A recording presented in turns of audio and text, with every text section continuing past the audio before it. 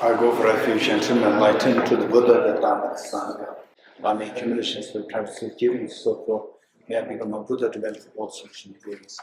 I go for refuge and turn my light to the Buddha, the Dharma, the Sangha. By my accumulations with practice of giving, so forth, may I become a Buddha to benefit all sentient beings. I go for refuge and turn my light to the Buddha, the Dharma, the Sangha. By my accumulations with practice of giving, so forth, may I become a Buddha to benefit all sentient beings. I go for refuge and turn my light to the Buddha, the Dharma, the Sangha. By my accumulations the practice of giving, so forth, may I become a Buddha to benefit all sentient beings. Sanye Joda Zoge Chonamda Chanjo Pando Tane Gyapso Chi Dage Jinso Gebe Sonamge Chola Penjire Sanye Dubara Isho Sanye Joda Zoge Chonamda Chanjo Pando Tane Gyapso Chi Dage Jinso Gebe Sonamge Chola Penjire Sanye Dubara Isho Sanye Joda Zoge Chonamda Gyapso Chi Dage Jinso Gebe Sonamge Chola Penjire Sanye Dubara Isho Om Ye Dharma Hetu Prabhavam Hetum Te Shantatha Gato Hyavatat Te Sham Chayo Niroda Evam Vati Mahashramanaye Swaha Om Ye Dharma Hetu Prabhavam Hetum Te Shantatha Gato Hyavatat Te Sham Chayo Niroda Evam Vati Mahashramanaye Swaha Om Ye Dharma Hetu Prabhavam Hetum Te Shantatha Gato Hyavatat Te Sham Chayo Niroda Evam Vati Mahashramanaye Swaha. All phenomena arise from causes. The causes are taught by the Tathagata. The cessation causes is one is taught by the great seer. Okay, this morning we are talking of the four seals. The first seal, which is all composite things are impermanent. So we're discussing about composite and non-composite. Composite and non-composite. Non-composite. Okay. So what is composite? We already explained, and you're wondering if there is something as the non-composite. This is your question. And so there are many seniors during group discussion. You have to ask them. Did you ask them? Or you didn't get a chance? Didn't get a chance. Okay. So let me quickly share with you what is non-composite. Okay, what I was talking about is that, okay, we left it there. And somebody gave me strange answers. Right? Okay. So what I said is that in my left hand, what is there? You said, Nothing. not there. Okay. Don't say flower, right? Okay. So nothing is there. Now, when I say nothing is there, my question to you is that, is there a flower? No flower. So, the absence of flower is there? Yes, absence of flower is there. Absence of flower is there? Yes. So if Sharon says yes, then okay. So yes, absence of flower is there. It's not nothing there. There's something there. Absence of flower is there. Okay. Now look, if you say that, okay, look, you go to the street and you meet some random people with no philosophy background and say, look at my hand, something is there. And they think that you're crazy. You're getting it? You agree? So you see that said that conventionally, say, in the conventional world, in the mundane world, the people who say nothing is there. But logically speaking, you cannot say nothing is there. There's something in the absence of flowers there, absence of chocolate, absence of car, absence of house, absence of stars. Everything is in my hand. You agree? There's so many things there. But in the conventional world, we say nothing is there. So there are two things which are a little contradictory between the logically what you have to say and the conventionally what you have to say. These two are a little contradictory. So how to resolve this? Anyone?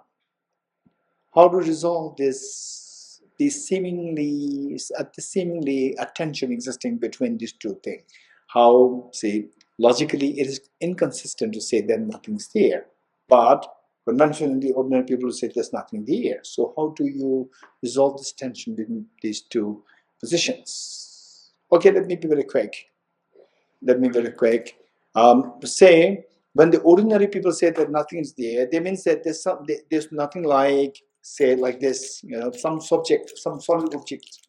There's nothing like such a object, solid object there, which means there's no substance there. You agree? There's no substance there as something existing in my head. So this is what they, ordinary people, for them, something existing meaning there should be some substance there. But logically speaking, we come to know that absence of the flower is also there. There are so many things there. Absence of flower, absence of the book, absence of the stars, absence of the trees, and so there's so many things are there. So the fact that these two don't contradict is on the understanding, based on understanding that ordinary people, when they say nothing's there, means there's no substance there. You agree? There's no substance there. And the absence of the flower in my hand is not a substance. For example, this is a substance, something which is made of atoms is there, to say that there's substance there. The moment I remove that, absence of the flower. Absence of flower does not have a substance to say, I am the absence of flower. There's no substance there. You agree? So because it does not have a substance, there's no substance to undergo change. Okay, now think of the steps that I'm taking you with the steps. So first I said, absence of flower, there's no substance. You agree? Yes. Okay, you agree. So because the absence of the flower does not have a substance, there's no substance to undergo change. Change means there should be substance which is undergoing change. There's no substance undergoing change. You agree? So if it exists, it does not undergo change, means it is not impermanent. It is not impermanent. You're getting it? Because there's no change. It exists, it is not impermanent, it should be permanent. So absence of the flower in my hand is permanent. Not because the absence of flower is permanent, it lasts forever. No, this is ordinary people's understanding. All composite things are impermanent. But the ordinary people, something which lasts long, they say permanent. You're getting it? How many of you have filled up your permanent addresses? There's no permanent address. But official documents are permanent address. And how many got permanent job? There's no permanent job. But you say, I'm so proud, I'm so happy, now I've got a permanent job. But there's no permanent job. So these ordinary people's way of thinking, but it's permanent, something lasts longer, something stable. This is not meaning of, logically speaking, this is not meaning of what this. So this is Acharya Dharmakirti. Acharya Dharmakirti, a great logician, and whose book, particularly the chapter 2 of the book, Pramanavartika, that is I would say, the best book on the planet Earth. In the other planets, I don't know. On the planet Earth, no doubt, this is the best book, and particularly chapter 2 is the best chapter to explain the rebirth concept, reincarnation concept, logically explained. So, what he said is that impermanence and permanence can be understood on two levels. How the ordinary people understands permanent as something lasting for long or forever. But for the learned people, for the wise people, the permanent phenomenon means simply something which lacks impermanence, something which lacks change. That's it. It does not have any balance with something lasting forever, something lasts long. No, it does not have any of this connotation. So, but we need to know both, how the ordinary people understand permanent, impermanent, and how the learned people, how the more logical people, they understand permanent, impermanent. So this distinction we have to know. Yes. Pramana Vartika. Pramana Vartika. Yes. I have a question about the permanent. I felt about right about death. Death. It's permanent, like the fact that we will meet death. It's permanent, like it's a permanent fact that each of us will meet. Everybody has to die. Yeah, so it's permanent. No, it's a fact. The fact may not be permanent. All composite is impermanent. It's also fact. And You're the getting fact it? that we will die, it's not permanent. A small child is a child. It's a fact. Yes. But a small child is not permanent. This child will become old. I was once a beautiful child. Now I'm an old man. And you are a young girl now. After you will not stay like this forever. One time you will be older than me. I'll pray. I'll pray that you last long. Right? But you're good. So, now how many of you got 60% and more of the understanding of the composite and non-composite? Raise hands. Those ones, minimum like 60%. 60%? Okay. So now the remaining 40% you have to discuss in the group. But you're good. Now next, all composite things are impermanent. To be very honest, when I was a young child, like this girl, 19, this girl's age and here, 21. Is there anybody who's between 19 and 21? Is there anybody who's between 19 and 21? 20, 21? Is there anybody? No? Okay. Okay, so when I was the age, okay, but that's all composite things impermanent. Maybe is correct. This was my thought.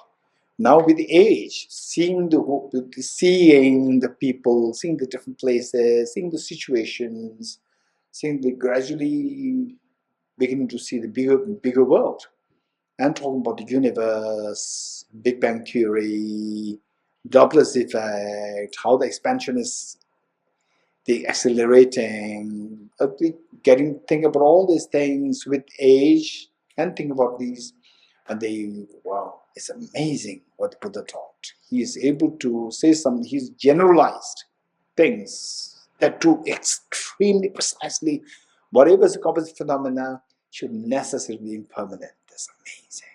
So what is impermanent? Impermanence is of two kinds, and we can also classify that in three kinds. So for the time being, according to the standard books, let's say two kinds: gross impermanence and subtle impermanence. Gross impermanence and subtle gross GROSS, gross impermanence and subtle impermanence. What is gross impermanence? Gross impermanence is the impermanent phenomena whose continuum terminates. Gross impermanence is impermanent phenomena whose continuum terminates. This is gross impermanence, whose continuum terminates. Terminates meaning whose continuum stops. For example, our youth. Our youth stops. Maybe our birthday parties. How many you celebrated your birthday recently? Recent? 1, 2, 3, 4, 5, 6. Okay, so it's gone. Our youth gone. And the beautiful days when you are hugging your parents, when you're hugging your mom, dad, brother, sister, and so forth, gone. These beautiful days are gone. So it's a reality. So look at the fort, old castles, old forts, ruins. Look at them. Once again, look at the big pyramids. What is that? It symbolizes the power of somebody, power of a pharaoh, power of somebody, right? And where is that somebody? It's gone. And that time, when the pyramid was built and the body was taken into the pyramid, ordinary people like us, we can't even get close to that place. You agree? That is seen as so sacred and so important. Now the archaeologists, they play with this. They say, who's this? They play with this. You're getting it? So the point is that it is not to demean those pharaohs, but it's impermanence, it's reality. It's impermanence. So it's very important in our life to say, when situations arise, to remind us of the impermanence, we need to take advantage of that. For example, I remember one time, it was several years ago, maybe about 10 or 12 years ago. There was one in Delhi where my staff, the Tibet staff quarters are. So they close by, there's a market, a big market. And usually when I travel, my bags, I've traveled a lot, and the bag's broken. Down they throw, right, and it breaks. So I have to go to buy the bag. So there's one bag shop which I became familiar with, and I go to that. So one day I go there, and it is nowhere. This bag is very standard bag company, and that bag shop is shut down, closed. So somewhere inside, impermanence hit me. The thought of impermanence. This is impermanence. The continuum is this very standard book, standard what? Bag shop. It stopped. Something just moves inside me. It gives me a feeling of the hollowness, of the pain, of impermanence. And then the Tibetan government officials, some who are extremely efficient and who really holds the Tibetan issue, contribute to such a, and then when they retire, again, it's quite a shaking experience. Again, a hollowness comes. Okay, how many had such experience in your life, presents? Quite painful, quite painful. And somebody who's like they're like your bedrock, somebody to whom you can really rely, and that person suddenly disappears, dies. Very painful. How many have the experience with hands? Okay. And then sometimes you also go through, some extremely dire situation of impermanence, loss of job, and so forth. They is so painful. So what I would say is that we need to say, rather than feeling shocked, if you feel the pain, this is so precious. Why precious? We can take advantage of this. This pain I don't want. This pain I don't want. And yet this pain is because of seeing the impermanence, gross impermanence, whose continuum terminates. So with this, okay, I don't want this pain. And there's the impermanence. Why this pain came? Because of this witnessing this impermanence, gross impermanence. And this gross impermanence can hit me anywhere, not only to me, to the kings, queens, presidents, prime ministers. Today you are the president, and then tomorrow you are an ordinary person. Today you are the prime minister, tomorrow you are the ordinary person. Everywhere it happens. Even kings and queens, once upon a time, kings, queens, and then they say, but you become an ordinary person the next moment. So these things happen. Look at the fortresses. So look at this. When these pain feelings come, they should remind us all composite things impermanent. Be reminded of that. All composite things impermanent. This is what the Buddha taught. All composite things impermanent. And so with this, they say that, okay, so wherever I go, there's no place where I can be freed of the gross impermanence. Wherever I go, even the stars, they die. Cold stars. What do I mean by cold stars? Once upon a time, it was a burning star, and the fuel exhausts, it becomes a dead star. So if that everywhere it happens, it's not only that it's happening here. I lost my mom, I lost my dad, I lost this, somebody who I lost so much. No, it happens everywhere. This is the meaning of all composite things impermanent. So with this reminder, now I cannot evade, even the Buddha cannot evade this reality of impermanence. But that we can evade the pain. why this pain is happening. Not that you meet with the impermanence and the pain happens. You meet with impermanence and say there's a deeper root cause there. Ignorance, seeing that impermanence is intrinsically real. Seeing I as intrinsically real. So because of that, impermanence you cannot avoid. But you can avoid the misperception, the ignorance, which misperceives myself and others intrinsically real. We can reverse it. We can get rid of that. And the pain can be stopped.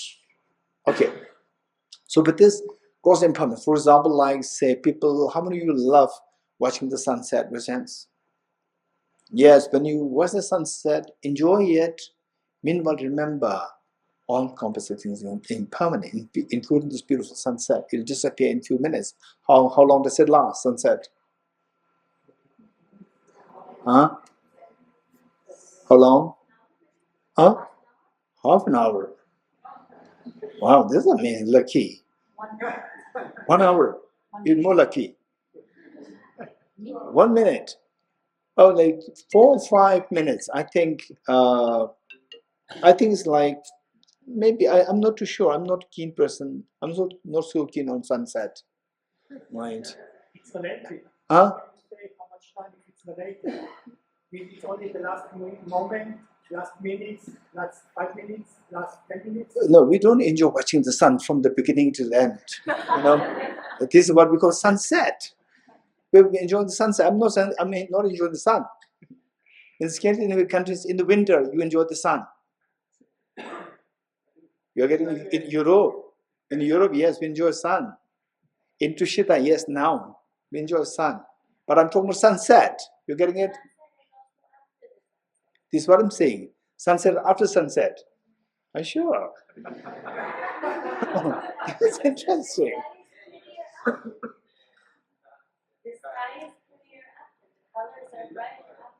Okay, so you mean to say the sunset, the beauty, the sky is more beautiful after the sunset. You cannot sunset after sunset. Okay, the sky is more beautiful after the sunset. This is what I mean to say. This is amazing. I agree with you. How long does it last? The beauty of the beauty of that sky after sunset? 20 minutes. Okay, let's say 20 minutes, and then it disappears. Then it disappears, right? Okay, impermanence. This is so important for us to contemplate. Oh, Rashidale. Aha. Tinzishana. Ah. And here. Yes. Ah. Tinzishana and the friend from France. Brazil, Zine. Yes, I remember. Yes. Okay. So this impermanence. Okay, first let me flow. Hey Scott, let me flow. Impermanence. You're getting it? Okay, my memory is also impermanent. You're getting it? Let it flow, that's better. Okay. So look, interrupted mind, now memory gone. Impermanence. Okay. So just think of these things, like the sunset. Oh, I'm enjoying. Yes, enjoy it. Enjoy it. Meanwhile, think of all composite things impermanent. All composite things impermanent. Just as this sunset is beautiful, and then the next moment, which is more beautiful, sky comes, and 20 minutes it goes away, it disappears. This is what happens to all composite phenomena. Think of that. Think of that. One day, the people who you love so much, including your own, say, the physical good health, and so forth, they will also disappear one day. Yes, we need to contemplate on this. If you contemplate on these, the benefit is that you become a very grounded person. You become a very grounded and realistic person. Then when you encounter with the difficulties, you will not be shocked because you already know what's going to happen.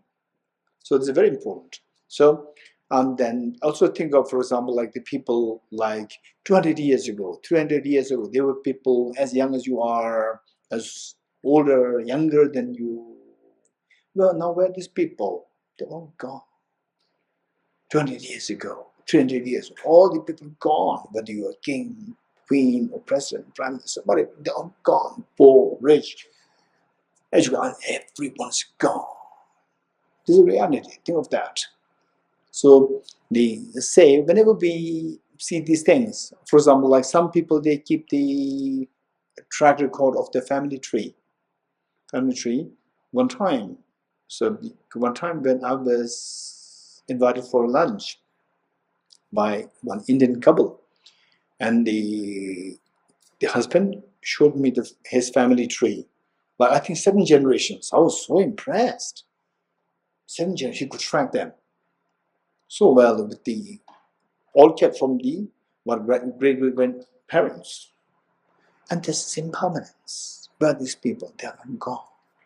So this is what the Buddha indicated, that whatever is gathered, whatever gathers will disperse. And whatever is accumulated will get exhausted. And the youth will be followed by old age and death. And the birth ends with death. This is reality. So we learn the reality and then see, okay, this is everybody has to go through. Whether you believe in this or don't believe in this, you have to go through this. How many agree with me in a sense? Whether you believe in this, it's not about I believe it or not, I believe or not believe. This is reality. This means all compensating is impermanent. So now the point is that when you think about this, it makes us feel low. It makes us feel low. So feeling low, it makes us feel grounded, so that you're preparing yourself not to feel the shock when you meet with the tragedies. And on top of that, so all the otherwise the solutions that we're looking at the moment, they are all temporary solutions. For example, you're feeling cold, you'll buy a heating system. You're feeling hot, you'll buy a cooling system. You're hungry, you have to get food. And then you feel lonely, then you go to some shopping place and so forth. You meet with the people, your family members, so forth. So these are all temporary solutions. How many agree with me? These are all temporary solutions. And we have to continue. Again, you become hungry. Again, you go. Again, you feel lonely. Again, you go to meet. Again, you meet with people. You lose privacy, and again you seek solitude. You feel lonely. Again, you go back to meet with people. Again, you feel frustrated, tired. Oh no! How I wish I'm in Himalaya so that away from all these people. You go to Himalaya, and you feel hungry. You don't have anybody to talk to. Again, you feel talking. Again, you come back. These are all temporary solutions. We have been doing this since time immemorial till today.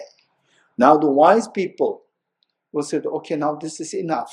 Enough is enough. I will look for a permanent solution so that I don't really have to worry in the future at all. And worst, but at least we have a solution. Temporary, even if it is a solution, a temporary solution is a solution. But there are cases where there's no solution. People in the wars, how many people die? In the earlier stage, the earlier the eras, and today, what's happening? And the underground, how many people are going through trauma? Others bullying, others exploitation. Everything's going on, and there's no solution. If the governments cannot do. So these things are there, and we can be a part of that anytime in the future. We never know. So think of this broader reality, deeper reality. We say that I have to look for a permanent solution so that I will not get into this ever again. This is a wise people. These are wise people. Okay, so with this mind contemplating on the gross impermanence, this is so important, and this will take us to the next, the subtle impermanence. What is subtle impermanence? Subtle impermanence is the momentariness involved with all the impermanent phenomena. Momentariness. So, for example, say the flower is a subtle impermanent or the gross impermanent. We can say it has both. It is grossly impermanent, but it has subtle impermanence because it is not.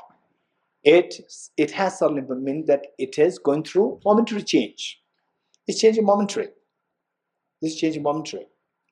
And the gross impermanence, that the flower will disappear. This is grossly impermanent, but it has subtle impermanence. So all impermanent phenomena should necessarily have subtle impermanence. Subtle impermanence meaning the momentariness involved. Momentariness, which means that it changes moment upon moment, instant by instant it changes. Okay, so this is subtle impermanence. And for example, like say sometimes thinking of the gross impermanence can help us to understand the subtle impermanence. For example, in the olden times, so the mark of the what is that? Aristocratic family, or this like affluent family in the olden times. Nowadays it's changed. In the olden times, mark of the you keep what you call it, the treasure store. Your family treasure stores there, in their very expensive cloths, very expensive cloths, for they kept there generation after generation after. Nobody uses that. Generation after generation after generation. That's what they are. And particularly if the place is dry, then they can keep it for long. If the place is very humid like Dharamshala, then you can keep like these things. However expensive, they will get damaged very easily. But in the dry areas, they can last for generation after generation after generation.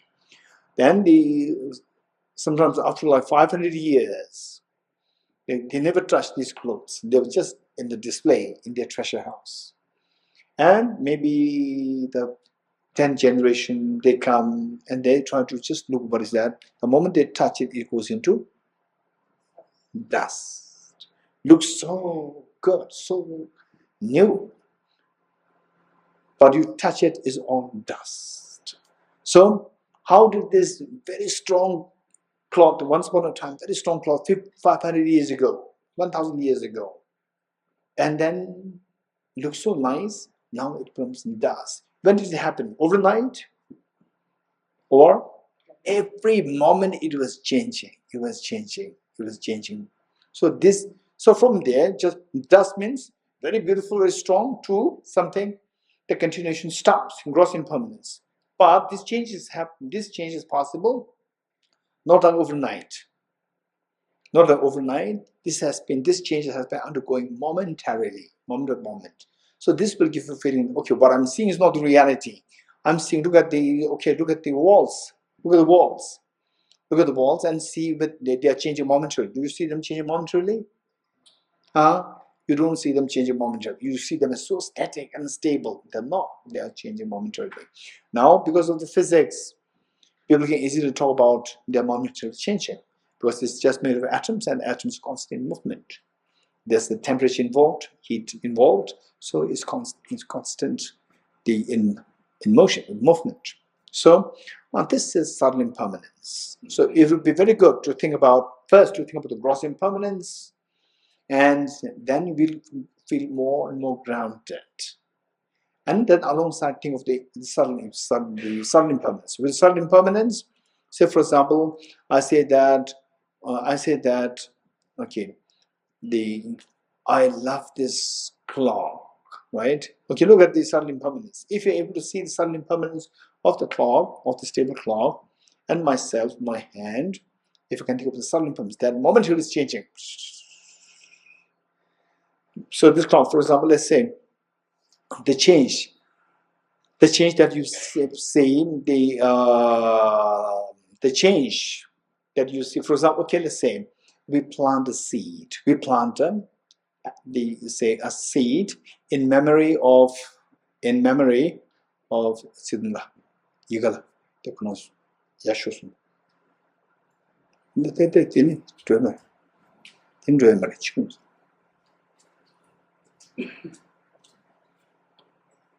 Yashosun.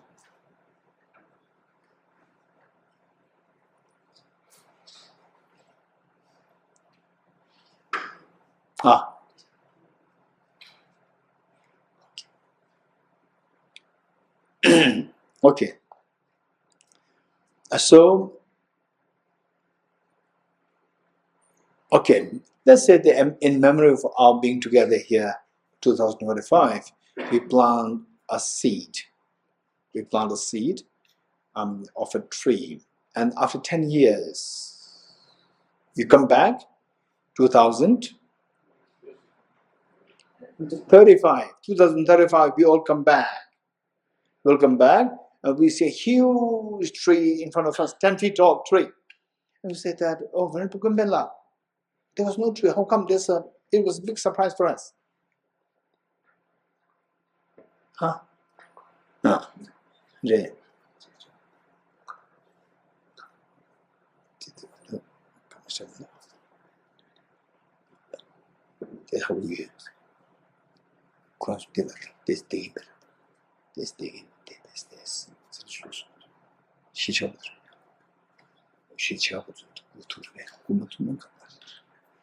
Okay.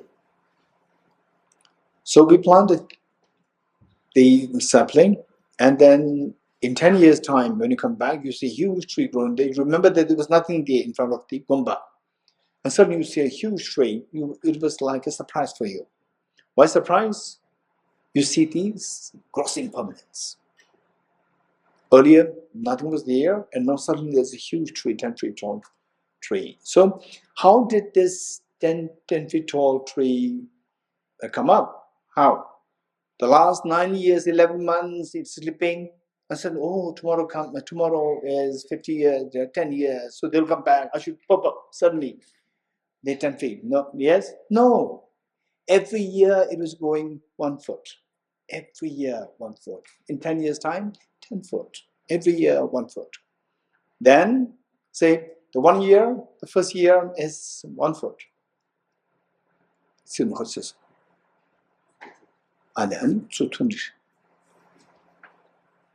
Okay, then they say in 1 year, 1 foot is not that last 11 months and 29 days sleeping and said, oh, tomorrow completes 1 year, and suddenly pop up. No.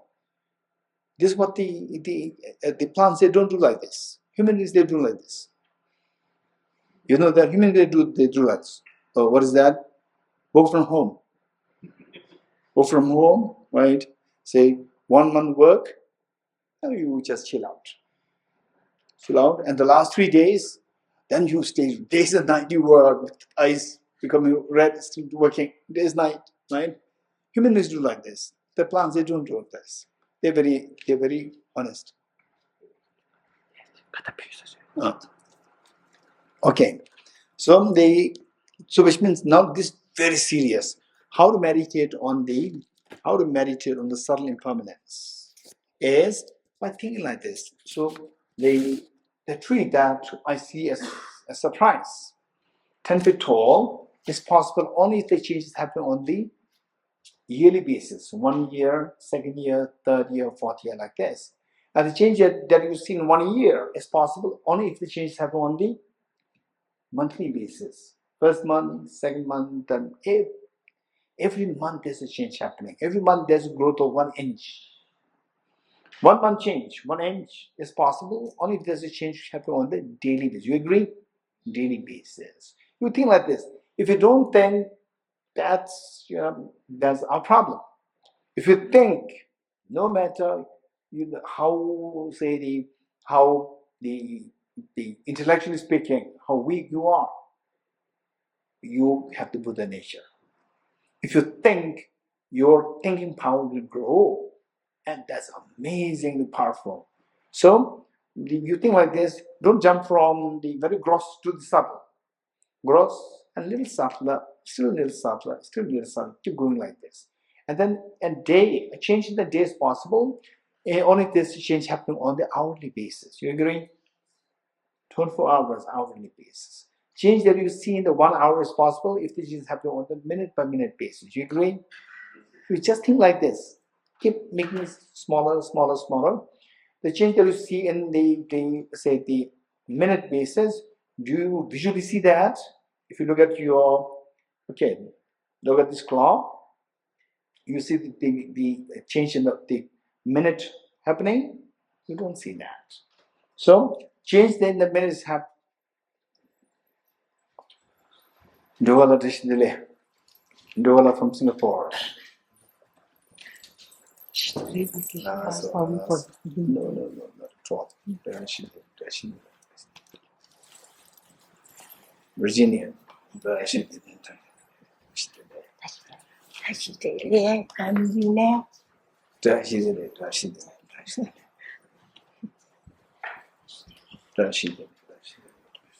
The name? Ming. Emilia Dashidele. Thank you. J Malaysia. J Malaysia. Thank you. Oh. How are you? I'm good. Oh, wonderful. It's good to Yes. see you again. Good to see you. How is the meeting though? The event is good. Good? Yes. It's well. Okay. And my regards to her. Yes, I was in Marias. I was from Centre Dashidele. Your name? Joyce, Singapore. Joyce. Yes. Dashidele. Dashidele. Your name? Jana from Singapore. Huh? Jana from Singapore. Jana. Yeah. Jana. Singapore. Thank you. Nice to meet you. Today, Wakyong from Singapore. Your name? Wakyong. Wakyo. Dashidele.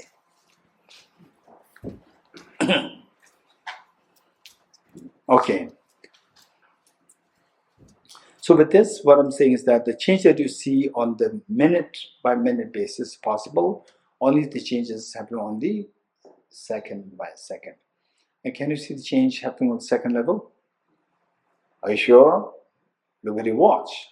Tick, tick, tick, tick. You can see that. You getting it? Change happening on the second level, you can see that. Then the change happening, what is the change that you see in 1 second is possible, but the change happening in 1,000 milliseconds. Okay, so usually on mobiles, there, 1 second split into 1 second split into. No, 1 second is 1 second. This group are doing 1 second split into 60 minutes.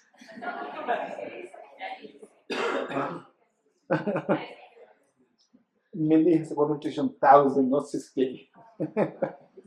Okay, it's better. So I say 1 second split the mobiles. Usually in the mobiles you have the timer, you have the stopwatch.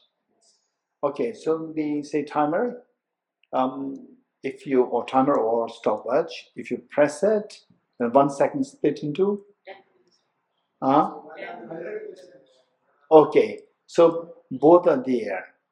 Some of them, the 1 second split into 10. Some of them 1 second split into 100. You getting it?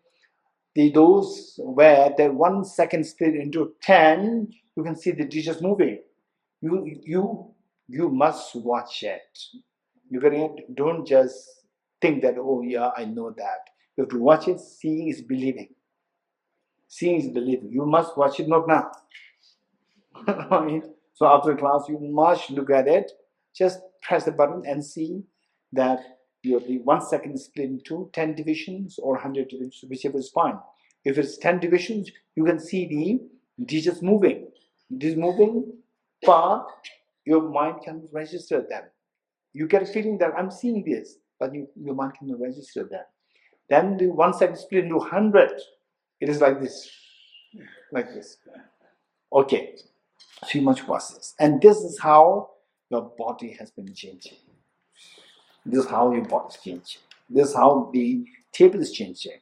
This is how your parents are changing. This is how the husband is changing. How the wife is changing. Your children are changing. Everything, all companies from they're moving like this. If you contemplate on this, that will be very, very helpful. And then we need to remember that it's not only me changing, all composite things, wherever in the universe, wherever in the world you travel, everywhere this is how things are changing. And at times you can also sit for retreat, personal retreat, just to contemplate on this, spend time. Don't think that, okay, this is so intellectual. No, everybody has the Buddha nature. You have the Buddha nature. So with this, the more you think, your thinking capacity increases. So then your thought process will start to change. What your plan for the life will also change. Your plan for life. you will give a better shape to your life. Otherwise, we float with life, and then once upon a time, I did not have white hair at all. And then, after a while, the white hair started to come up. And then I still remember when I was 7 years old, but it was 7 years old one day, I was leaning against a wall, retaining wall. I was leaning against a wall, and the sun rays are hitting my hands, and my hands were so cute. Amazing cute. I was just 7 years old, I looked at so cute. So now it's no more cute. It's gone. So how come that from the cute state to non-cute state, when did the transition happen? There's no one point. It just happened moment by moment. This is the transition happening. So if you concentrate on this, spend some time on this, like 1 week. 1 week, just sit on your own by yourself, stay by yourself, and you can inform the family members that, okay, don't worry about me for 1 week. I'll not communicate with you, and other people, who say, how are you, don't just ignore. So whereas those people who really worry about you, sometimes, how are you?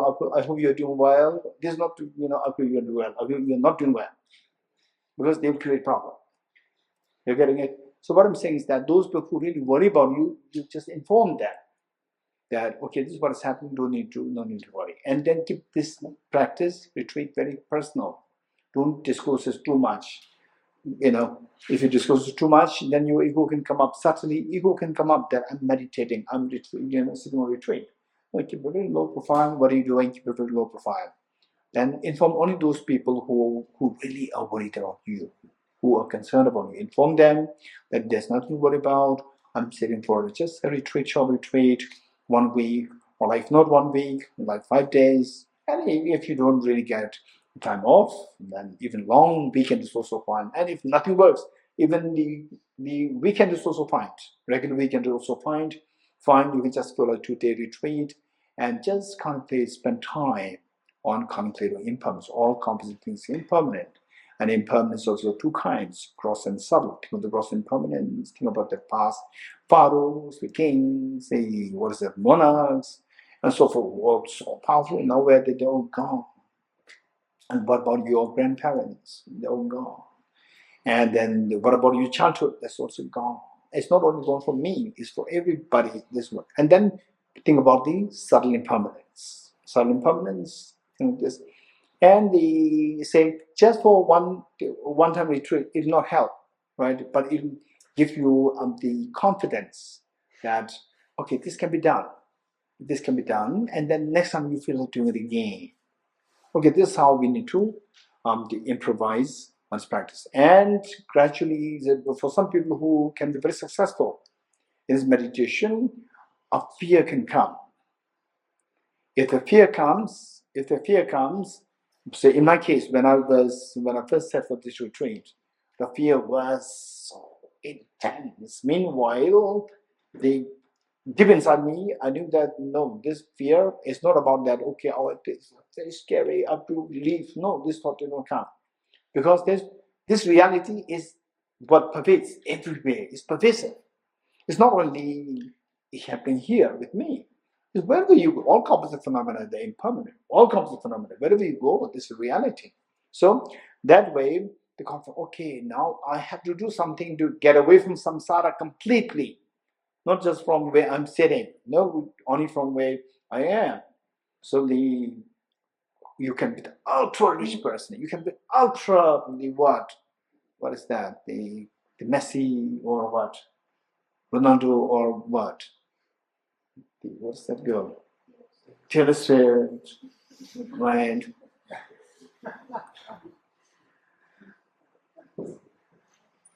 Okay. Okay, just hold on. What's your name? Matthew, just hold on. Okay. Because when you do this, you're not listening to me. Right? Then you'll miss many points. Okay. So these are things that we need to think of doing. And meanwhile, make sure that your learning keep expanding. Your learning keep expanding. Keep learning more. go for some systematic studies of the Nalanda, the courses. There are many courses offered by many places, many institutions. Go for very standard programs and make sure that your learning is expanding, because they say the building goes higher, the scaffold, this, what do you call it? Scaffolding should also be broader and broader. You agree? As the building goes higher, the scaffolding should go broader and broader. Likewise, as your meditation goes deeper, more and more learning should be required. Most extensive studies could be required to hold your experience. Otherwise, it can be sometimes a little complicated. So therefore, keep studying more and also include meditation. Study, practice, go together, and then you see that your life, there's going to be a dramatic change in your life. You feel that, okay, now I'm so fortunate that my life now has a meaning. Life has a meaning. It's full of meaning. Now this life is too short for me. So when this comes, this is, you're very, very fortunate. Okay, so this is about all composite things impermanent. Think about this more. Okay, now say, okay, Mathiya. Question. Can you give us an example of phenomena that undergoes subtle impermanence but not lost? Oh, that's good. Okay, so Mathiya is asking that, can you think of something, the impermanent phenomenon, where the continuum never terminates? It goes under momentary change, but the continuum never terminates. Okay, that's a good question. Thank you. In fact, what I would say is that this takes me to the next part. I did mention that impermanence can be classified into two: standard text, gross and subtle. Now, on the more on the practice side, we can classify the impermanence into three classes, three divisions. One, okay, now it's a very different way of classifying. You're getting it? Don't mix up the two.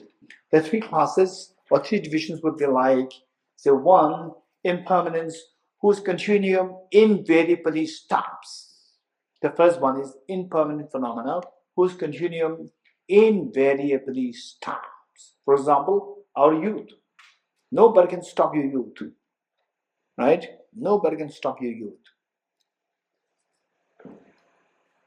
And say, look at all these. In other words, the gross impermanence that we talk about, which we can witness now. Look at the old castles. Look at the fortresses. Look at the pyramids. Look at in India on the Taj Mahal, where people go there for sightseeing. It's not sightseeing. This is a tomb. What's a tomb?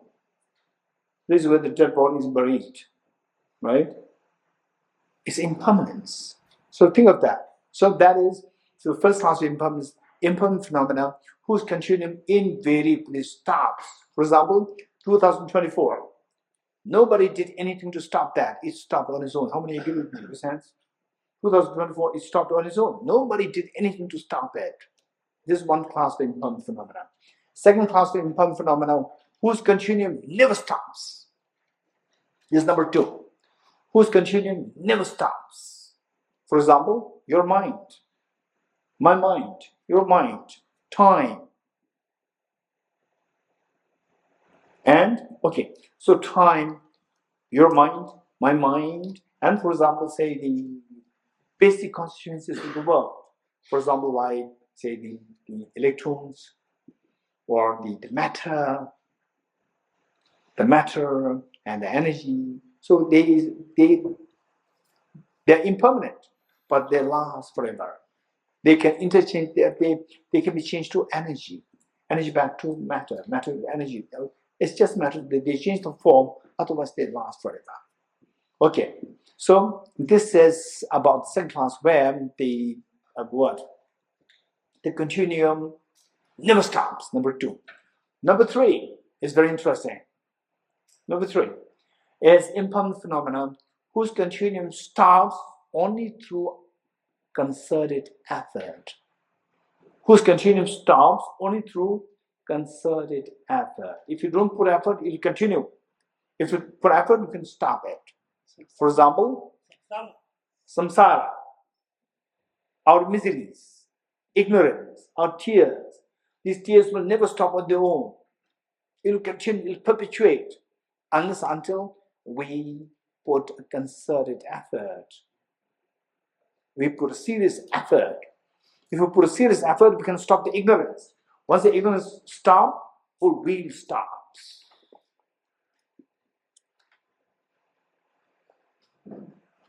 Okay, is there anybody who can show that? What I'm looking for, you know that? In the book, page 328. Page 328.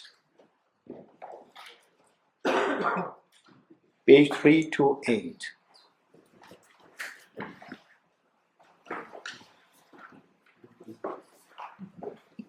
Okay, page 328. Okay, what do you see? Page 328, what do you see? You see a painting. And what is this demon doing? Okay, demon is eating something, right? Eating what? Demon is holding what? Demon is holding a wheel. Demon is holding a wheel, right? And the demon's mouth, the wheel is in his mouth. Eating, yes. Right? Who's eating? We are eating. Demon is eating who? Eating us. What is this demon? Demon is symbolic of impermanence of death. Symbolic of impermanence of death. You getting it? Impermanence of death. So you see that there's a wheel there. The wheel. It's a cycle. There's no beginning, there's no end. Now, this wheel will continue.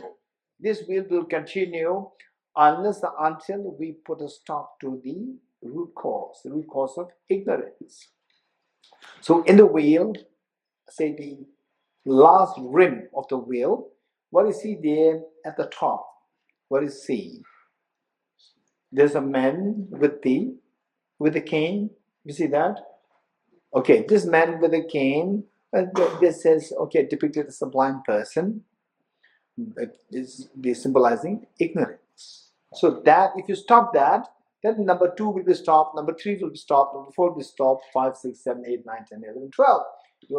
You'll be freed. And who's outside this demon? Who's outside this wheel on the top right? Buddha. So we all have the Buddha nature. We all have the Buddha nature. We all can get out of this wheel. This wheel is the wheel of the vicious cycle of the painful tears. Endlessly we have to shed tears. Endlessly we have to shed tears. Today we laugh. And the next day a disaster can happen and we just go into hell. Pain, acute pain. This is reality. So, but we can stop this wheel. If you don't put effort, this wheel will continue. It will never stop on its own. This is the third class of important phenomenon. Whose continuation will stop only if we put concerted effort. If not, it will never stop on its own. We have to continue to shed tears, more and more tears, more and more pains in us. This is what the reality is. Okay, this is about the all-composite things, impermanent. Think about the gross impermanence first, and then we have to take down the subtle impermanence. So if you seriously think about subtle impermanence, look, this is what the Bodhisattva Shantideva, this book, again, the author's name, I'm mentioning, Bodhisattva Shantideva. So you must know this author. So his book, the one which is extremely popular, and that is Holiness the Dalai Lama always so fondly teaches this to the public all these last 40-50 years. So this book is known as A Guide to the Bodhisattva's Way of Life. Let me repeat it. A Guide to the Bodhisattva's Way of Life. So on this book, we must make it a point that we have this book always next to your bed or next to your dining table, so that we read this at least like one page or one verse every day. This would be our lifelong guide. This so precious book, it'll give you all the... So what it said in it, what it said is that it's talking about the subtle impermanence after the gross impermanence. Subtle impermanence, what he said is that, okay, let's see. Just see if it makes sense. For example, today we say that, oh, I like cheesecake. How many like cheesecake with hands? How many like momos with hands? Okay. Cheesecake people raise hands, but they don't smile. Momos, they smile. Okay, momos, they smile. Okay. So let's say that I love momos. What momos? Veg momos. You're getting it? Otherwise, you love, if I told you love momos, you love veg momos. You getting it? Why you know? Because otherwise, non-veg, next life you can go into the momos yourself. Make sure that you don't go into the momos for other people to enjoy. You getting it? So if I told you love momos, you love vegetable momos. And I love the mushroom veg momos. I cook it myself. I prepare myself. Okay, so let's say that I love momos. So there's a thing, okay, here we're not getting momos. Tushita, we're not getting momos. Okay, so one afternoon or one you slipped into McDonald's town. Momos. Right? Remember, you can eat momos, no problem. Remember, all composite things impermanent.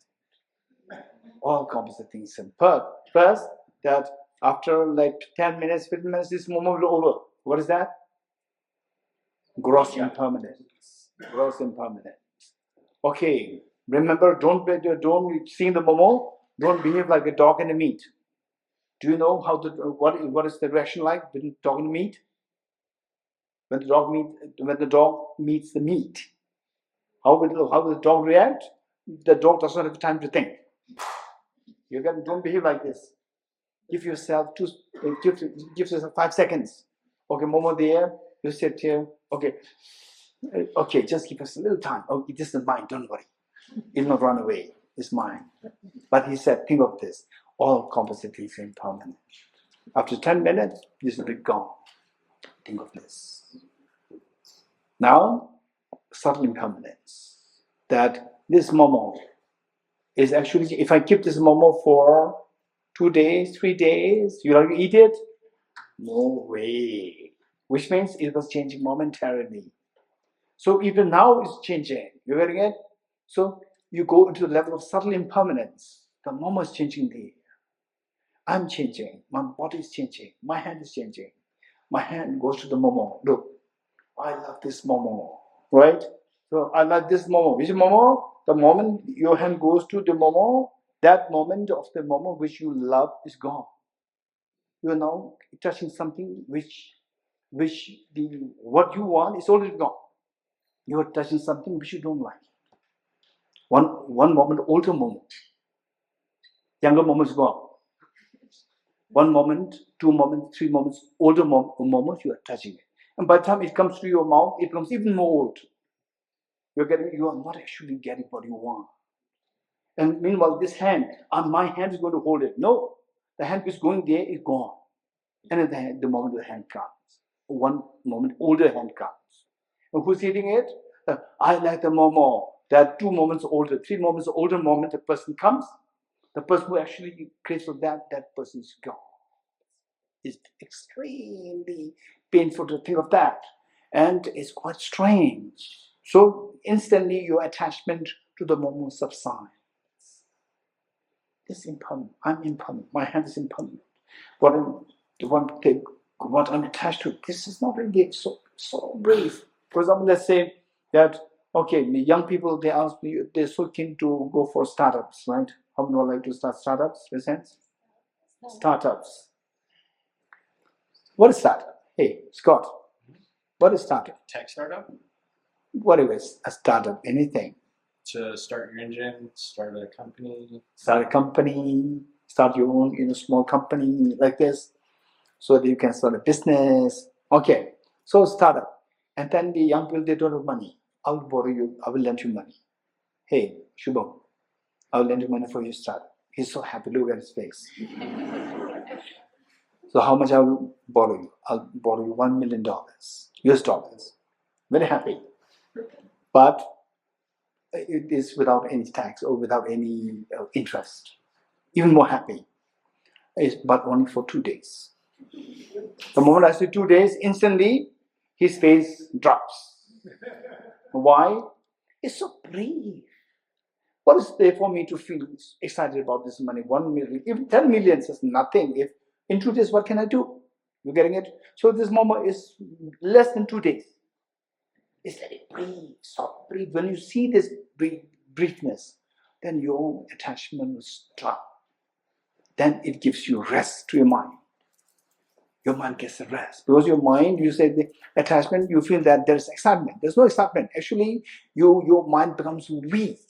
Because your mind is moved by the momo. Momo, you become the puppet of the momo. How many you want to become puppet? You want to be puppet? Yeah, you don't want to be a puppet. You want to control her, right? You want to control other things. Not that others should control you. But the momo is controlling you. Right? Momo is not sure what. The momo is, and then you, hey, now come for a meeting. Oh, wait, 10 minutes. Wait, what is that?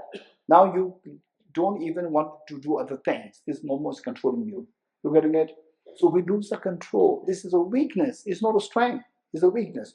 Whereas if you think of the impermanence, then you become very realistic. That, okay, I eat momo, non-momo, whatever. As long as I survive, that is good. I eat it, and then I have no attachment. Your mind is freed from the control of the momos. Okay, so this is the benefit of contemplating on all composite things impermanent. Now, when we think about impermanence, particularly the subtle impermanence, when we think about the subtle impermanence, then it's very scary. Okay, now today is the right time to talk about subtle impermanence. If you want to know what subtle impermanence is like, experientially, how many like to see what the experiential subtle impermanence is like with hands? But instance, you like to experience? Okay, how many are serious? Wanting to experience what subtle impermanence is like? Experientially, with hands? Then you have to get into the car of Venerable Tenzin Gyaltsen. Venerable Tenzin Gyaltsen in her car. Tenzin Gyaltsen, with hand? Yes. Once upon a time, I was in Venerable Tenzin Gyaltsen's car in France. She was driving me from Paris to Saint-Côme. Right? Saint-Côme. 200 kilometers per hour. And the window didn't open, you could see subtle impermanence. Yes. Wow, subtle impermanence. Then Momo, no. Momo is not. Then this, okay. But now, Venerable Chena will not, try this. Okay. What about some of us who, how many of you have been into train drive? Okay. What's the sound like? The train drive? What's the sound like? This is a passenger train. Passenger train in the very slow train. Check. The express train? Yes. Okay. So, at times, to contemplate on subtle impermanence, you will not get chance. I've got the privilege to be in Venerable Chögyal's car. So they are literally felt. Aha. So you will not get chance, don't worry. You can make it a point that you go into not a passenger train. Passenger train, you will feel luxury. Check. But you go to express trains. So there, you think about the subtle impermanence. If I see my body moving like this, if I see my family members, the food, the house that I feel attached to, big car, feel attached to, in reality, these are all moving at that pace, faster than that pace, faster than that. Think about this. Particularly seeing is believing. When you really feel that, then you realize, okay, you can extrapolate it to the other things, like what is otherwise seen as so static. It's not static, it's an illusion that we have been deceived. So with this, if you're able to think of this subtle impermanence, then what happens is that you'll see the effects move so fast. And then even if you look at something otherwise which appears so static and stable, say, I don't know how the mental consciousness affects your sense consciousness. It can even affect your eyes. Even the walls you can see like this, with your eyes. How the mental consciousness affects your sense consciousness. You see that things all move like this. It can happen like this. So, but this, just imagine that you get to that level where you experience that all composite things move so fast. Like this. Just imagine that somebody picks you up on the train station, picks you up and thrown into a very fast train. What do you feel?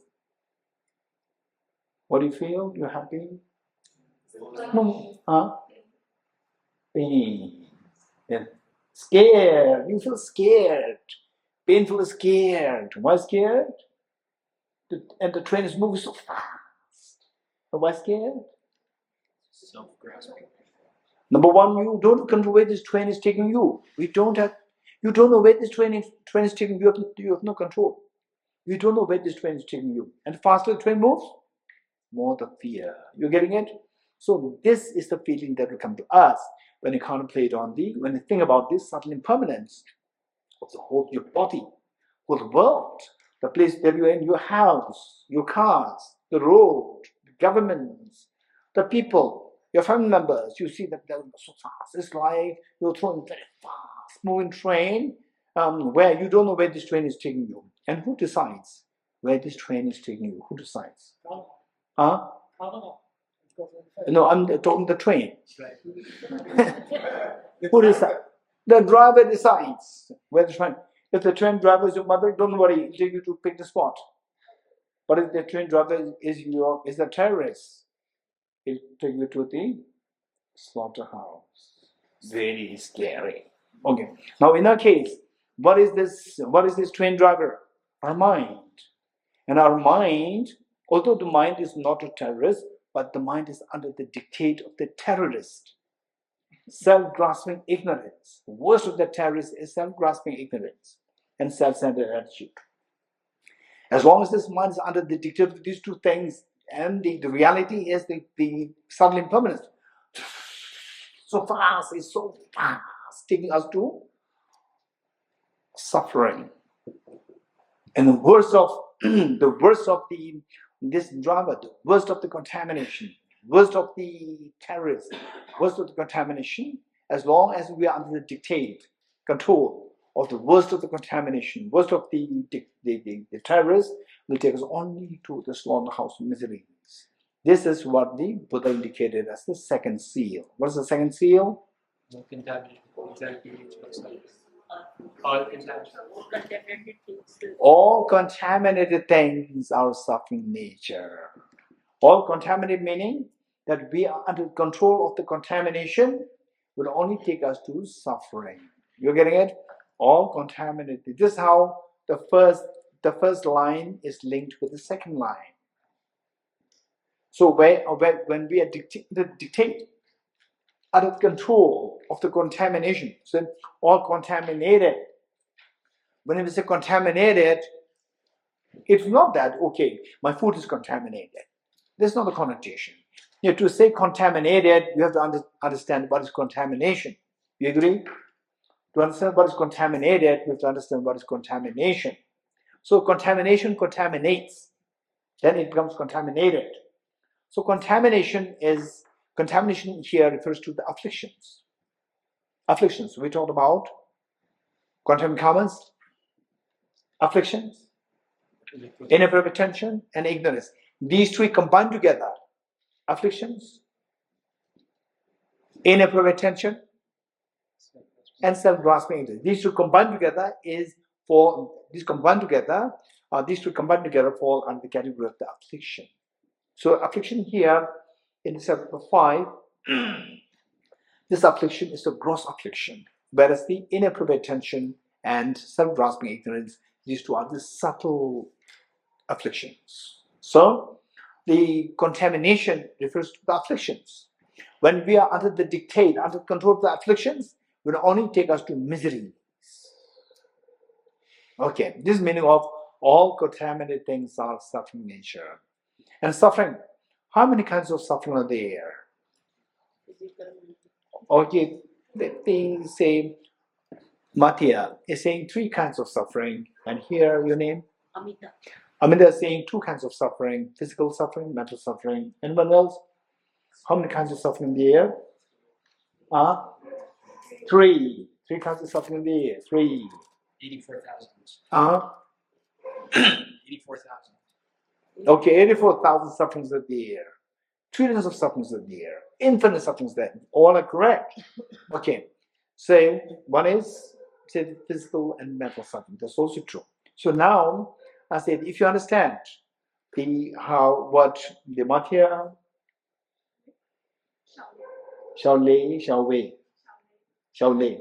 So what Shaolei, the lady, what was your name? Prasannata. Okay. So what Matya, Shaolei, Prasannata, what Tirtham is saying is the 3 kinds of suffering. If you know this, you understand fully what is suffering. You're getting it?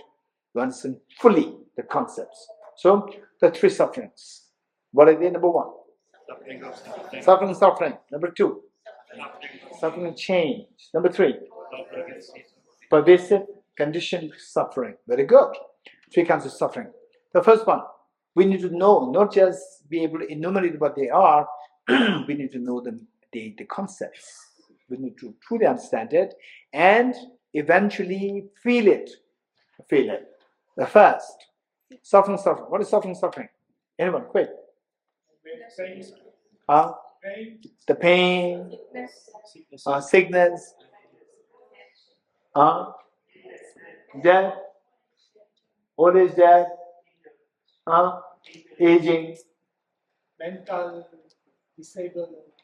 Okay, now I want somebody to say, give me the meaning of suffering, rather than the instances, examples of suffering. So what you said is all, they say the instances of suffering, examples of suffering. I want the meaning of suffering. Anyone? Like when we are able to understand what we are suffering, we are aware of our suffering. To be aware of suffering is not suffering. To be aware of suffering, very good. The girl over there. Maybe to worry, that you're worrying and suffering before you actually. Okay, so what is the meaning of suffering? So that is the worry adds to the suffering. So what is the meaning of suffering? Physical suffering? Not happy. Uneasy. Self-pity. Self-pity. Okay, self-pity. Physical suffering? Physical suffering. What is the meaning of suffering? Physiological. Dissatisfaction with the circumstances. Dissatisfaction with the circumstance, very good. Discontentment. Being discontent. Discontentment, very good. Illusion. What do you mean by that? Okay. Physical, emotional, or mental pain. Okay, physical, mental, emotional pain. Very good. Maybe hopelessness. Hopelessness. There's nothing I can do about it. Okay, hopelessness is an example of suffering. Yes, I agree with you. Over there.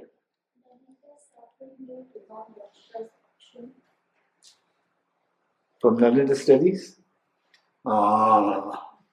Okay. Now they say, I don't identify who they are, but I can easily figure out they are from Nalanda studies or not. Right? Okay, amazing. Very precise. Okay, say it again. Wow, it's amazing. Okay, let me repeat it. What she said, your name? Chui Fang. Okay, what Chui Fang is saying from Singapore? Okay, what Chui Fang is saying is that the manifest suffering, manifest meaning anybody can identify this is suffering, manifest suffering, which comes as a result of non-virtuous actions. Non-virtuous. non-virtuous actions. This is a complete meaning, amazing. Okay, let me repeat it. The manifest suffering, anybody can identify as suffering. For example, headache, or say the loss of near dear ones, worrying, and helplessness. These are the manifest suffering which comes as a result of non-virtuous actions. That is the complete meaning. In other words, to make it very simple, so what she said is that it's a complete thing. What exactly it is and what causes that. It's a very complete form. So the suffering, which anybody can easily identify as suffering, that is suffering. Understand it? Okay, what is next? Suffering change. Okay, what is suffering change anyone? I'm quite impressed that there are people who learn about these three kinds of suffering. Now somebody has to raise your hands to explain what is suffering change. Anyone quick, raise hands. Yeah. Connected to attachment. You're attached to something that is concrete. It's scared it's going to change or it is changing. Okay. Now let me give chance to those people who actually heard about the suffering change, and from teachers or from your friends. So because this is a technical concept. Anybody who would like to explain? Yes. Pleasant experience ending. So the present experience is ending. Experience of joy, unhappiness. Eating chocolate cakes. Okay, so the experience of desirable things ending is sad or not sad? Sad. So therefore it's suffering. It's a manifest suffering. Anybody can identify there is suffering. Ending of good things. Anybody will say that this is bad. No, like for example, if you eat chocolate cake or cheesecake. Yes. If you In my case. Okay, in my case, yes, cheesecake, yes. We're happy at some point, but once we pass one point, then it would make us feel pukey. Okay, so pukey part? Right, the change. Pukey part is the change. There is suffering. Suffering change or suffering? That's my understanding. There's suffering change or suffering? Change. Okay, so is that pukey part, nobody likes it? Is it still saying cheesecake? No, this is my question. Pukey part. This is what nobody likes it, right? Right. Nobody likes it. No. Everybody identifies as suffering. So there you should suffering. Okay, what's your name? Yuki. What Yuki is saying, I understand what she is, deliberate and provoking her. You're getting it? Because what she said is correct, but she's getting confused between two things. The haziness is the air. Okay, over the air. Yes, you. Maybe you think that something is good, so you do it, but actually it's not really make you happy. So like in a prison. Okay, can you give an example? That's very good. Eating a chocolate cake, but not because you feel pukey, just because it doesn't really make you happy. Just make you feel good, but not really. Like it's a... Okay, let's say a chocolate cake. What's your name? Yuval. You like chocolate cake? Yeah. Ah. Cheesecake mom. So Yuki. Later, don't say you. Say. Yeah. Okay. Your name again? Yuval. So what Yuval is saying is that enjoying cheesecake, is that good or bad? Like I think Buddha said it's bad. That's amazing. It's good, but accepting that it would be. Okay. Let's put it like this. Okay. So for me it looks nice, but Buddha said it's bad. Okay, no, don't worry. Okay, Buddha said bad. So what reason do you think the Buddha gave to say it's bad?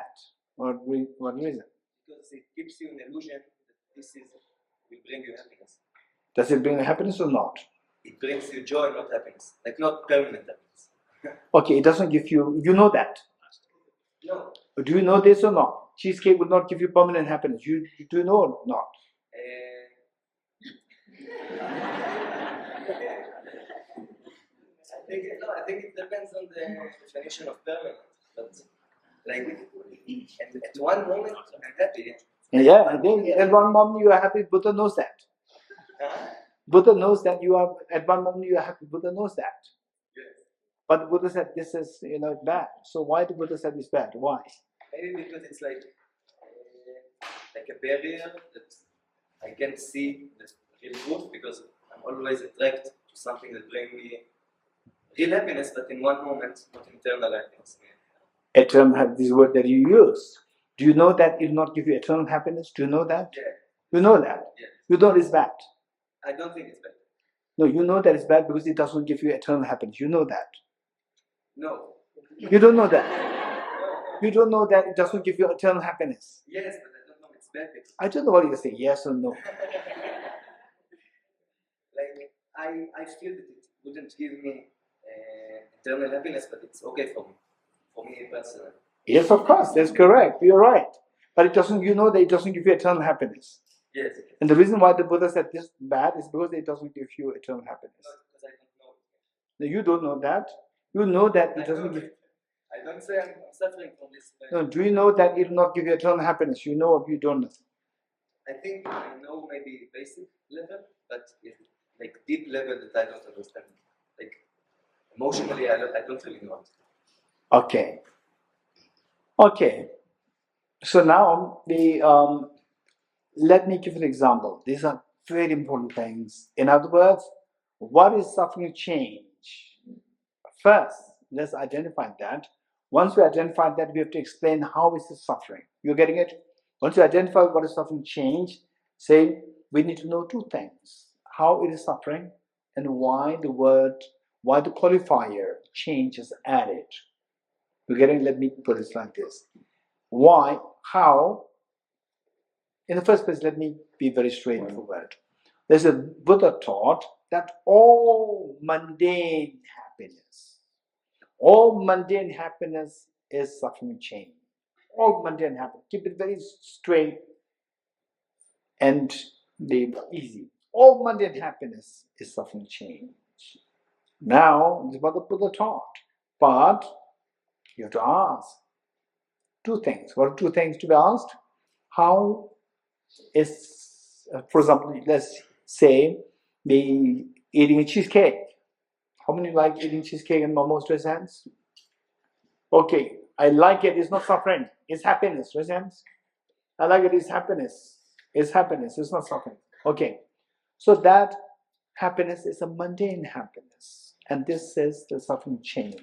All mundane happiness is suffering change. Now you have to ask the question: how is that the joy that I get out of this eating cheesecake is suffering? Number one. And once you're convinced with this, the next question is why the word change is added to this. You're getting it? First, you have to explain how it is suffering. Okay.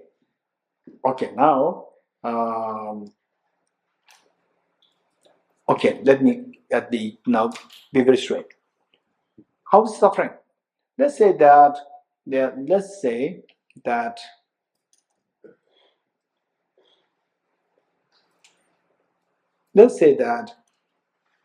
are two prisoners. Prisoner A and prisoner B. And the punishment is that they're going to be executed in 1 year. But for 1 year, they should be under arrest. And the two were given to the two different prisons. Prison A and prison B. Prison guard A and prison guard B. So, okay, now listen. Prisoner A goes to prison A with the prison guard A, and prison guard A welcomes the prisoner. Please, sir, welcome. Or sir or ma'am, I don't know. Welcome, right? You're welcome. And you're quite impressed. And he's a prison guard. And what he does is that he creates a swimming pool in the prison. And he brings Starbucks in the prison. And he feels that you're going to be very bored. So he also creates a football ground or volleyball ground or whatever. and garden, beautiful garden for you to take a walk. Right? And then, wow, that's amazing.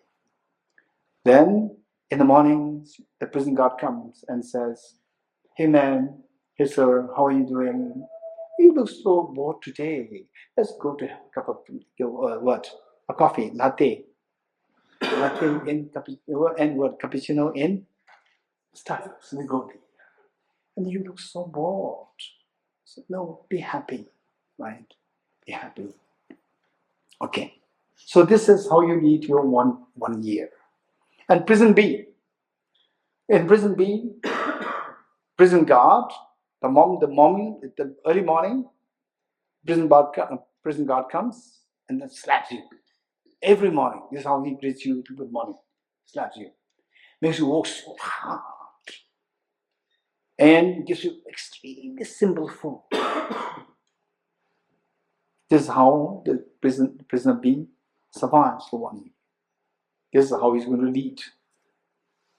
Then the eve of the completion of 1 year, the two prisoners should be brought to the last spot. And one prisoner is gone. One prisoner escaped. Okay, of the two, you tell me, most likely who has escaped, prisoner A or the B? B, right? Yes, prisoner B escaped. And prisoner A comes and sir, now you're going to be executed. Right? Okay, then what about my friend? He escaped. Right? And then you become very angry towards the prison guard. Prison guard and the Starbucks and the swimming pool and the garden and also the KFC. You're getting it? We will really be so angry towards these KFC, Starbucks, the prisoner guard, swimming pool, because these, why he could not escape? Why he could not escape? Because he thought that this is not a prison. And in between, mother came. After 2 months, before the completion of 1 year, after 2 months, the mother came and said, "Hey, my son, my daughter, you have to escape." Why escape? Why? "Oh, mom, join me." Join me. Do you have swimming pool in your house? You don't have. Join me. Okay. Now, after 1 year, he realizes that it was a trap. Whereas the second person was prisoner B was constantly reminded that you are not in a happy state. You are in a suffering state. You are in a suffering state. You are in a prison. You are in prison. You are in prison. In the first case, there's no reminder. The person feels that he is in a luxury hotel. So that is a trap. That is responsible for him to be trapped, to be killed after 1 year. So now tell me, if you are the prisoner A, would you be happy over this after 1 year? After 1 year, coming to know that prisoner B has escaped, now you're going to be killed. Would you be happy to think about swimming pool, KFC in the prison? No, because you see them as so vicious. So vicious, who brings you to the guillotine. This is the bait. This is the debate. So if somebody would ask you why the mundane happiness is suffering, because it's a bait. Bait should be delicious, not. What is bait? Anyone? What is a bait? Carrot in front of rabbit. The bait for the fish, to catch the fish. The bait should be delicious, not delicious. It should be very delicious. You're getting it? If it's not delicious, no fish will come. So, and behind the food is the hook. You're getting it? So therefore, all the mundane happiness is suffering of change because number one is suffering because it is a bait. Bait is the connotation of bait has two attributes. One is that it is delicious. It's happy. Other one is that it has a hook behind that. Hook means to trap you, to lure you, to deceive you. So why this prisoner A could not escape was because he was deceived by this luxury created by the prison guard in the prison A. You getting it? Whereas the prisoner B escaped. So if you're given a choice, so 1 year you will enjoy a lot, and at the end you want to be killed.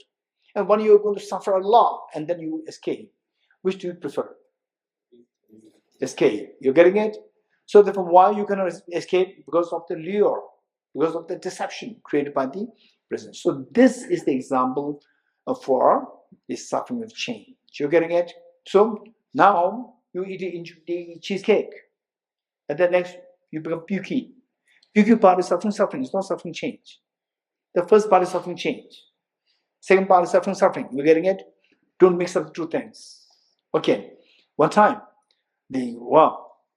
all these experiences, we should be able to relate this to a real life dharma, real life dharma. One time, it was terribly cold in Delhi, winter, terribly cold. How many of you know that Delhi is very cold in the winter? Okay, many of my friends in Ajat Daupamala in Delhi for how many years? 30 years? Yes. Okay, so Delhi in the winter is terribly cold, and there was a tiny mouse in my house. So he is my roommate till he does not cause trouble.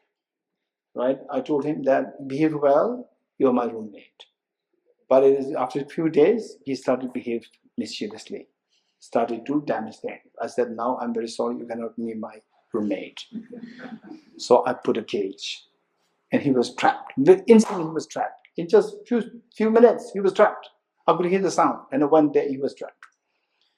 And he was so scared. Yes, of course, very scared. And what happened was that now I cannot go to release him in the wilderness because it's dark. So he should be there. And below it's bare floor, very cold. So I thought, and the cage is metal, very cold in the winter. And below is very cold, bare floor, cement. So what I did is that I put the thing on like a carpet. So at least will not have the direct impact of the cement. And the morning I went there thinking that he must be hungry. I gave some bread, but he's not interested in bread. He's trying to escape, run here, they here. Finally, I thought he's hungry. But I don't know how to give water. But I know how to give bread. But bread he's not interested. But he must be hungry. So before I let him go, so I have to give him at least fill his stomach. So what I did, suddenly I thought for cheese.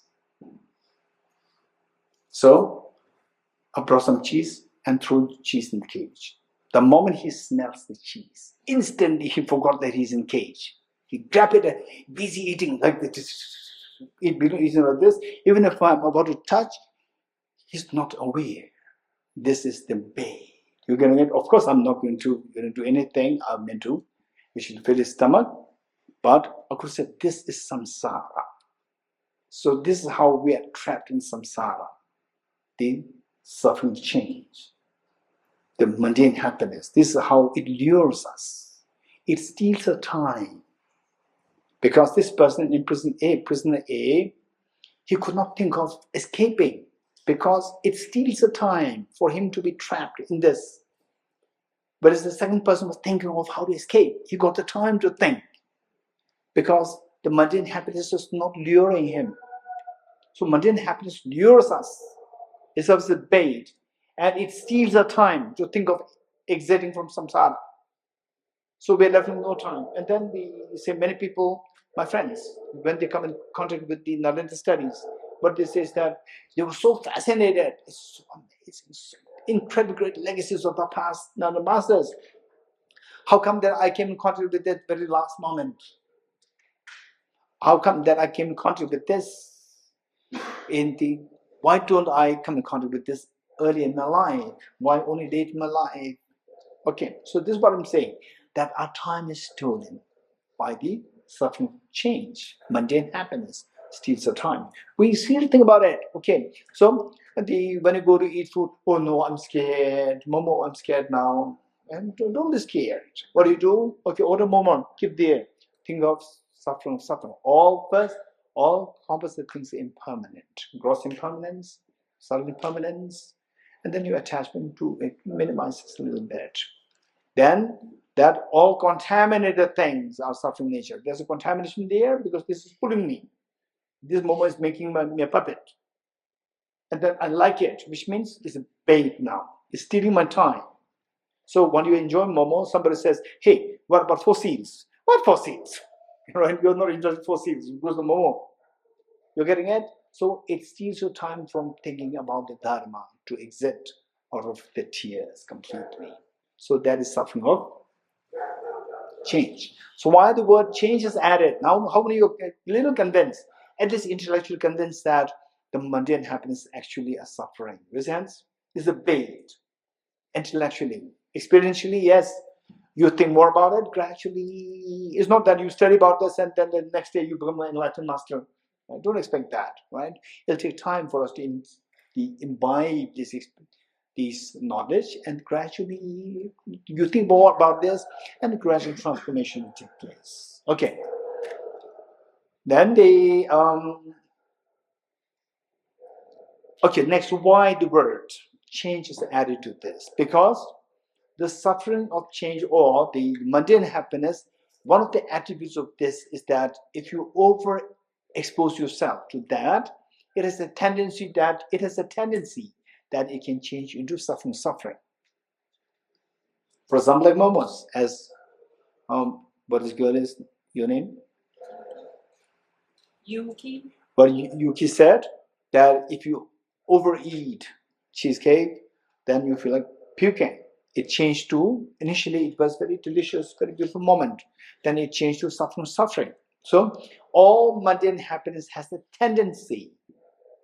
Being overexposed to that will change that experience into suffering. Manifest suffering. Okay, we stop here. We do the direction prayer. Page 52. Page 52.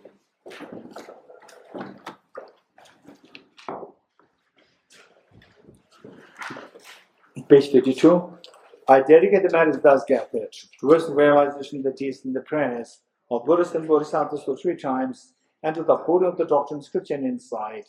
May in all lives, through the force of this marriage, never separate from the 4 wheels of the Mahāyāna vehicle, and accomplish all the stages of the path, renunciation, Bodhichitta, perfect 2 stages.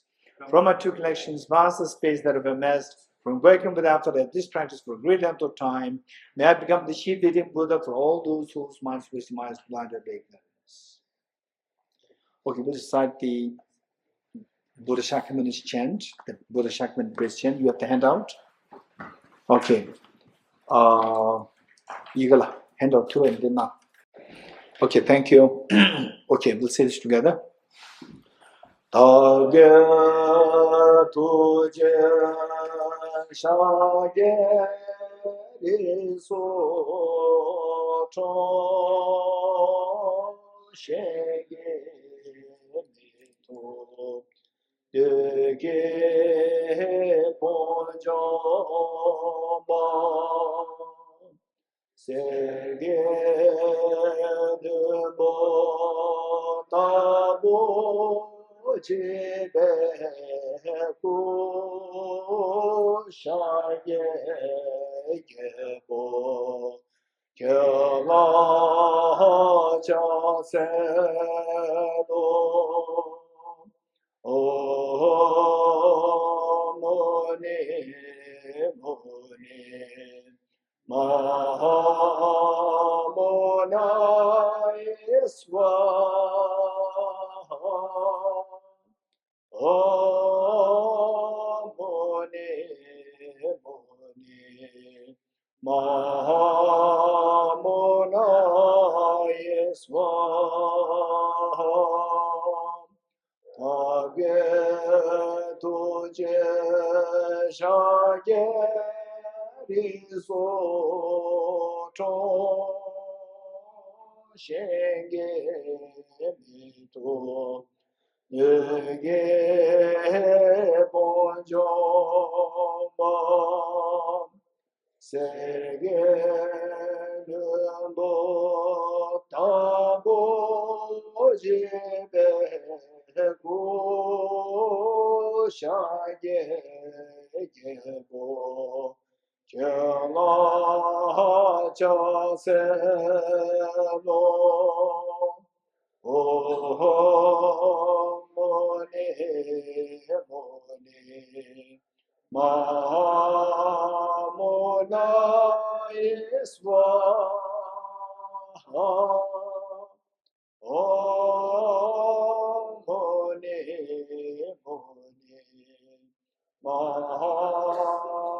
Mahāyāna Svaha Avyetuje Yeso Cho Shenge Meto Dege Mojamba Sege Dumbo Tabo Jibe Go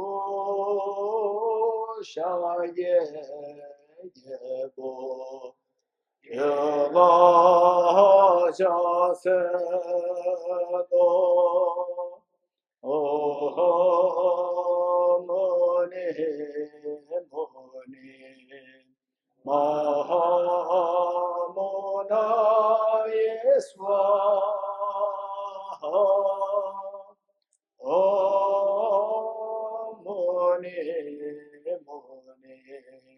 Mahāyāna Svaha Om Mone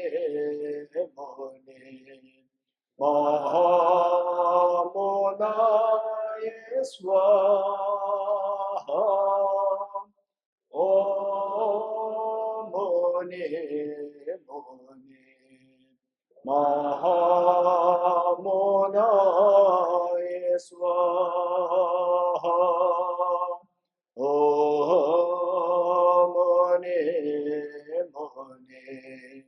Mahāyāna Svaha